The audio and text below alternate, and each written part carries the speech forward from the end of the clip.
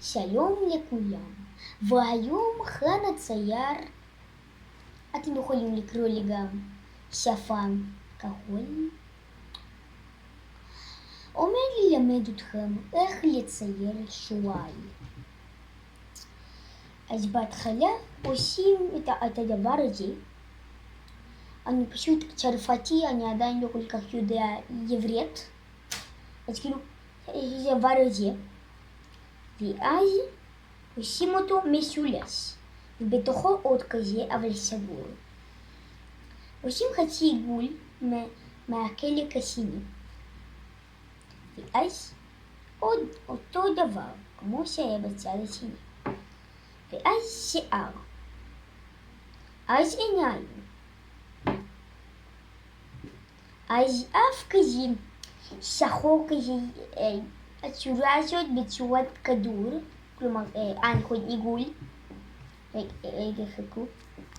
אוקיי, הרגע נכנסתי לגוגל הזה שיודע כל מיני שפות, ולדבר הזה בעברית שקוראים לו בצרפתית ז'אנג'ארה, קוראים לו בעברית, רגע, נכון? פה.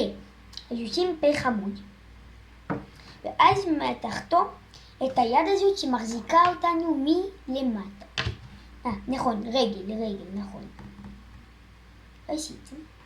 ואז אתם עושים אותו קצת יותר למעלה, כמעט לראש, ואז עושים ככה.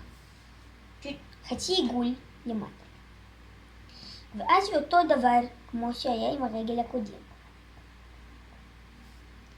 עכשיו שכחתי לגמרי מזה שאנחנו מהחצי של האף עושים חצי עיגול לשמאל ולימין.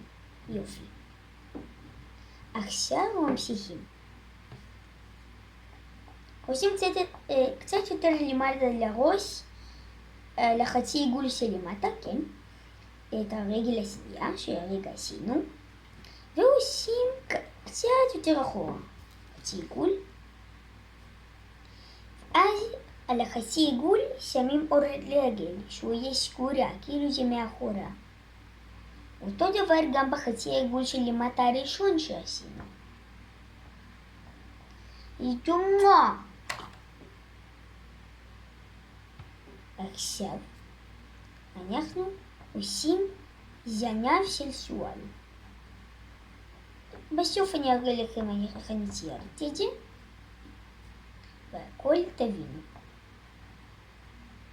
רגע, אני לא בטוח אם אמרנו את זה נכון. רגע, בוס, כן, חטא הרשע, כן.